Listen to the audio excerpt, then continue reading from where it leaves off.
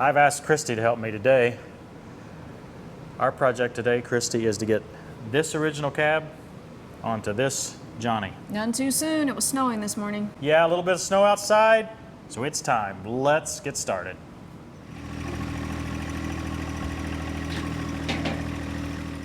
Now the first thing we're doing here is using Bobby to get the original cab off of the pallet rack.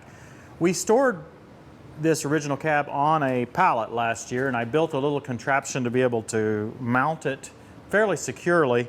So once we get it down with Bobby, we'll take a closer look at that. Bobby's kind of become my go-to fork truck. He's probably not as handy as a real fork truck, but I'd say he's a little handier than the tractor for most situations. Not all situations. There's a little bit of learning curve to the way it turns. And the other part is I don't have real good visibility through this skid steer quick attach. In fact, there's a solid plate here that makes it so I can't see the forks until I get way up high like this. I'm not sure that's absolutely required. It doesn't seem like you'd have to have that solid of a plate. Once I get in here, I've got to go to the side to my left because of the snow blade. I can't go up very much. Okay, now I'm lifting the blade, so I'm going to curl out here.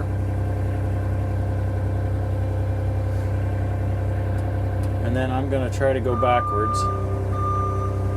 Now this is where this articulation sort of helps you and sort of hurts. So the benefit of the articulation is I can turn to the left here a little bit and avoid my snowplow. The drawback to that same articulation is that as I turn to the left, the situation gets worse.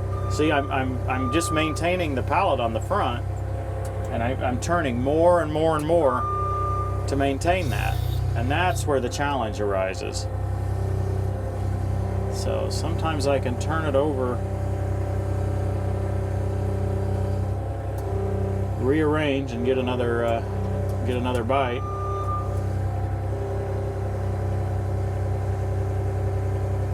Maybe gain an inch or two. And the other approach is maybe to raise it up over that. I'm asking Christy for height guidance. She's giving it to me. Okay. Oh, I made it. Now I can turn.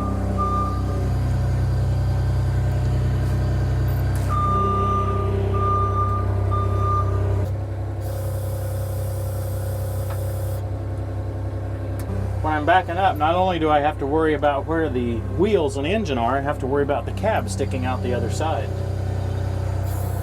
Now I'm making this sound like it's some sort of disaster or something really bad. It's not. I'm just trying to explain the differences. Right? I mean, you guys are watching this. You want to understand what's different, and that's what I'm trying to explain. I don't really have an opinion yet on positive or negative. I can see some both ways. Now I'm driving in here now just to get Bobby out of the way, and I'm actually going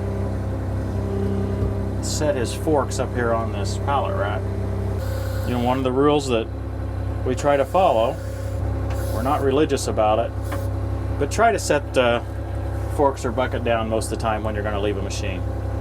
The first major step for us is to disassemble some things that can't be left on with the cab.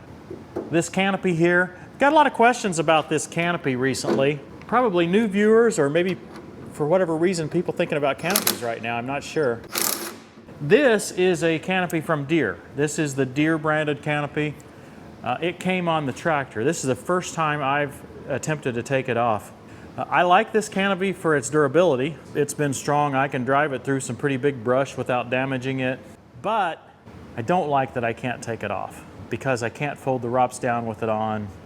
I'd really like to be able to remove it. It's kind of a trade-off here. My favorite removable canopy is the Artillian.com canopy. You've seen me talk about it during the summer if you've been a part of our channel.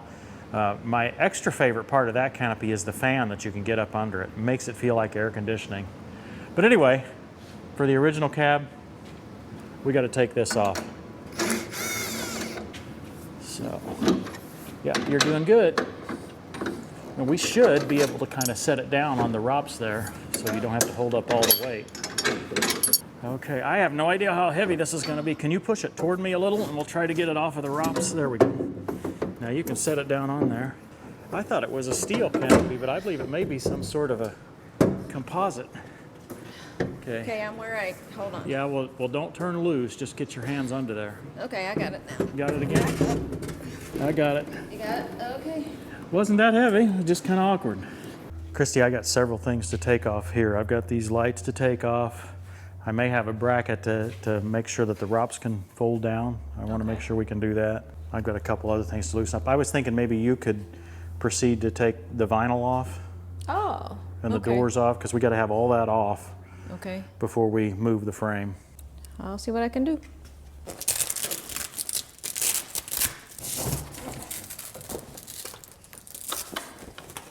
I remember that the doors come off pretty easily. I just don't remember how to do it. I think you lift them up. Yeah, you hold out like that and then you pull it up out of the bottom hinge. So force it into the top hinge, out of the bottom hinge, and then go down. Oh, wow. Yeah, and then Okay. I forgot that part. It's Velcroed to the front. Yeah. Here, hold that up for a second. I got it. Okay, that was easy. We don't have to take the windshield off though, right? No, the windshield's got to stay on. That's actually one of the parts that gets a little precarious to me. I get a little nervous about the windshield. I'm afraid it'll come out and I don't want it to break. We haven't had any trouble so far. What I mean about coming out is when it's actually set up and running, there's no issue. It's just while we're carrying it around. Yeah. I'm afraid it might work its way loose and be able to come out. It's got a lip around the edge and a lip on the bottom. And I think a similar lip at the top to keep it from moving, but I'm still nervous about it. If you want to reference our old videos, we actually showed how we took the cab off and put it on this bracket. And I think I remember only now the kind of struggle that we had. It wasn't really a struggle, it wasn't that bad.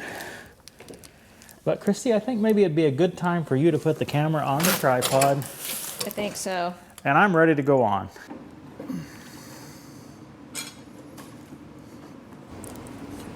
Okay. I think I remember we had 3 people. Yeah, Catrill helped us take it off, didn't she? Okay, I've got to get a better handle.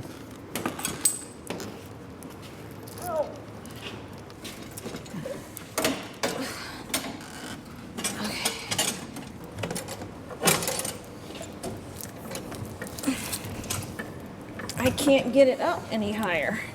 What's it stuck on? This front. Okay, can you hold it steady? I'll go around there. Yeah. Am I scratching this side? Yeah. I need to go back a couple inches before I can sit down again. Okay, I'm in a hole over here where I belong.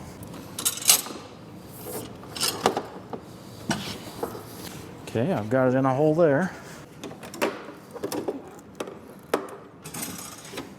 Okay, got to move over and go into those ROPS.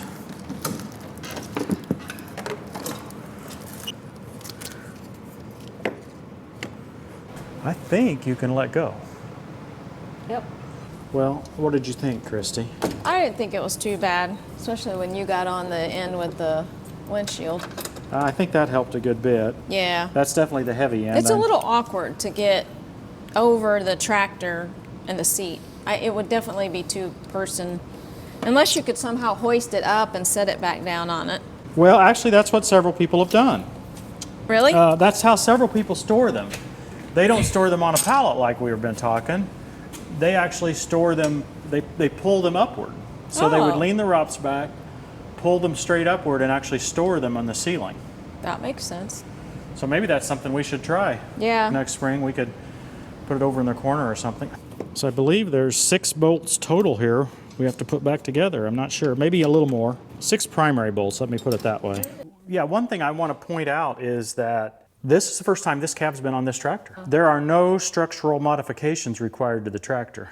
That's good. I think we've taken out so far 7 bolts out of the tractor, added the bracket to it, and put the bolt back in. You don't have to drill any holes, you don't have to do any modifications to your tractor to make this thing work. So this is one of the bolts here. right into the ROPS. Same one on the other side.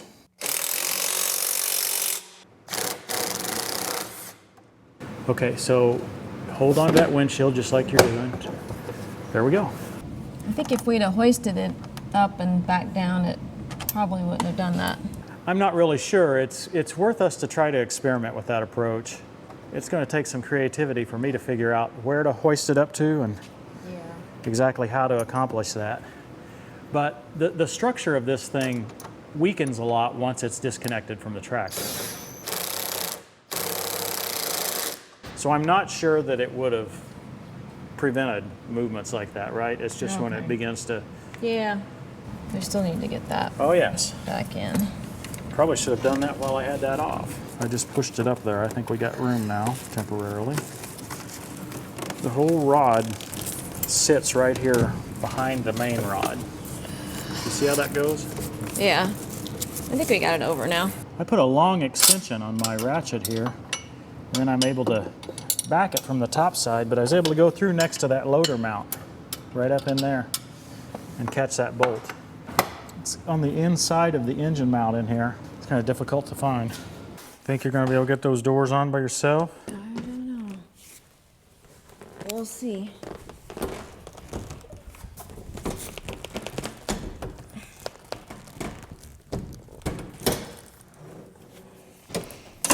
It's not lining up. Yeah, that's entirely possible. I've got 2 more brackets here that I may need to put on to hold it up. I imagine before we can do that. I remember last year it suggested that we put the doors on before we tighten everything up, because that kind of helps position everything. So that's what's going on here.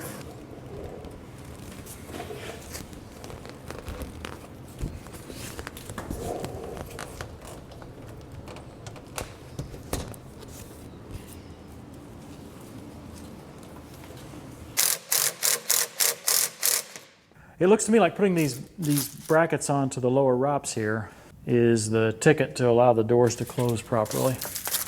Now this is that insulation that you use on water pipe. If I remember right, I put it back here because I thought it was rubbing the vinyl pretty bad. Now we've had a little bit of trouble getting it squared up like we like. The way we could tell that was the doors didn't close nicely. So we found one problem over here where I had it bolted to the wrong place. And then we found a couple other problems where it just wasn't fitting. And I'm afraid that by putting it on the pallet that we had it on, we may have just got things kind of not squared, maybe a little bit bent, at least misshapen.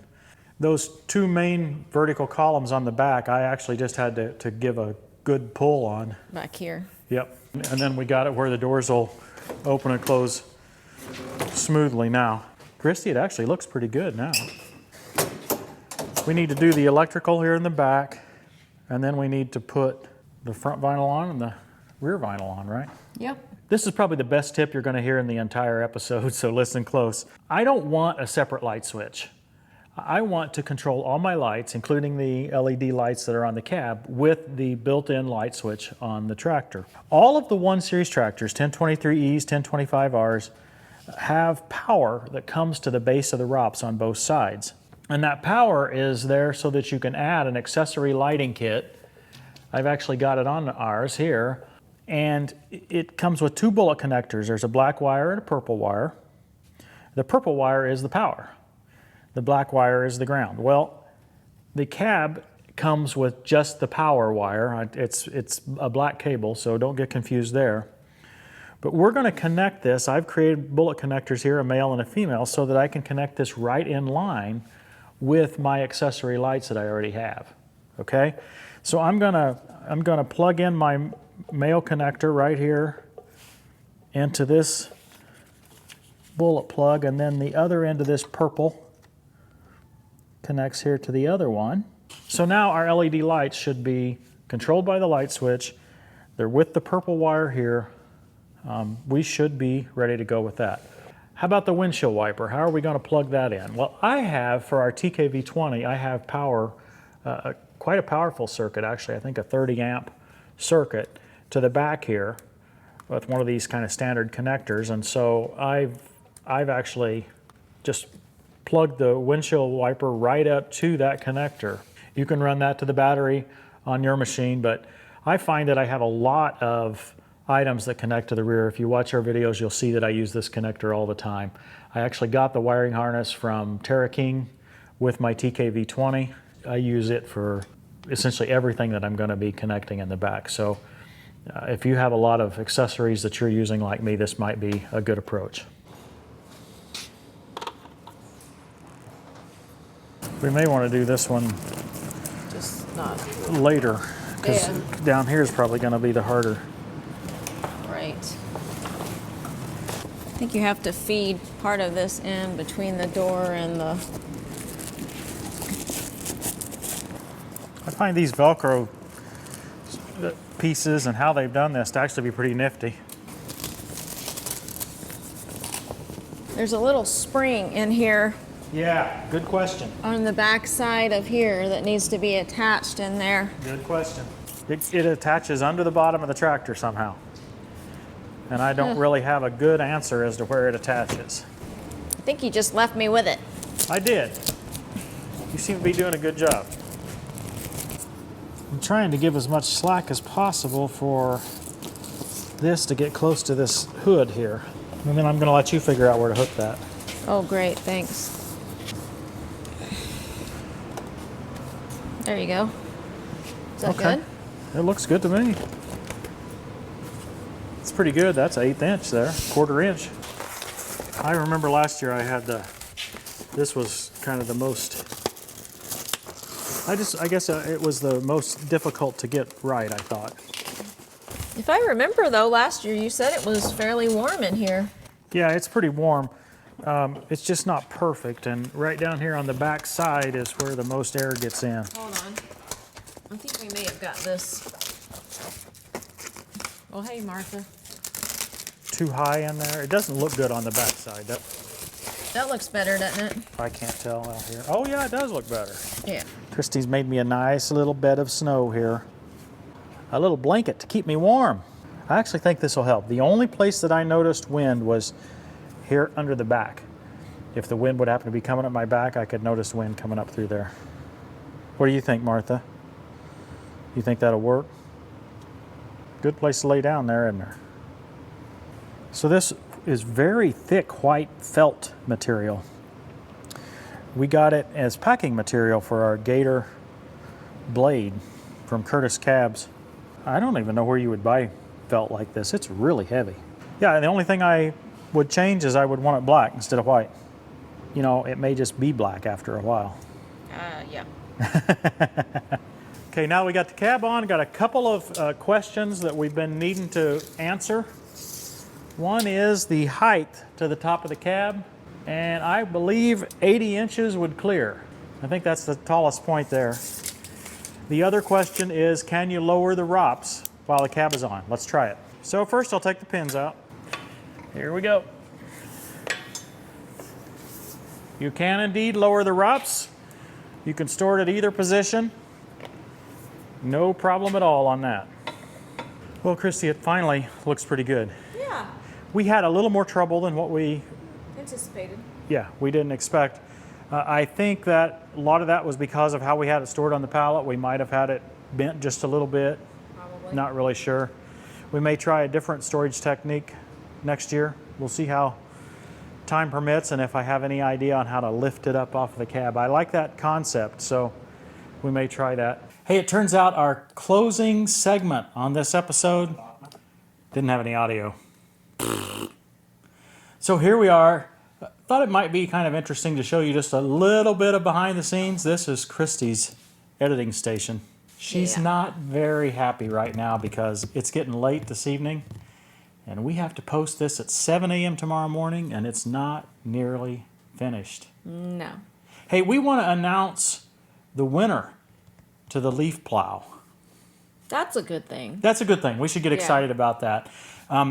We had a lot of great entries, and one of the things that I don't like about these giveaways is we have all these wonderful entries and I can only choose one. It's very hard for us to choose. Yeah, this was not easy. Kurt the guy who we visited would have been a tremendous winner. He would have, yes. And I feel kind of bad here. He put the effort in to provide the leaves for us to demonstrate the product. We just felt like you guys would think the deck was stacked if we did that. So, maybe we'll have to figure out some other way to help Kurt out. Who we chose was a fellow named Rich Picone, or Rich Picone, Picone. Not sure how it's pronounced. And he is with a unique organization. Can you tell me a little about it, Christy? It's called the Seeing Eye, and they're a nonprofit. They train dogs to help blind people. So it's really cool. They train the dogs and then they match them with a person, and they come in and they train the person to work with the dog. And then they actually go through and follow up, I think, over the years to make sure everything's going smoothly once the person has the dog. And I think it's a pretty big physical facility, and Rich is the only groundskeeper. That's right, and he had pictures of a lot of trees. So we think he's a deserving winner, and the organization's a deserving winner. So we're looking forward to meeting Rich. He's going to be driving here all the way from New Jersey. Wow. That's awesome, actually. So we don't know when he's coming yet, but we'll try to shoot an episode around his visit. Maybe we can learn a little bit more about the organization. Sounds good. Hey, I hope you guys have enjoyed this episode. It's a lot warmer in here than it is outside, I'll tell you that. Yes, winter has arrived. Thanks for watching, everybody. We'll see you next time on Tractor Time with Tim.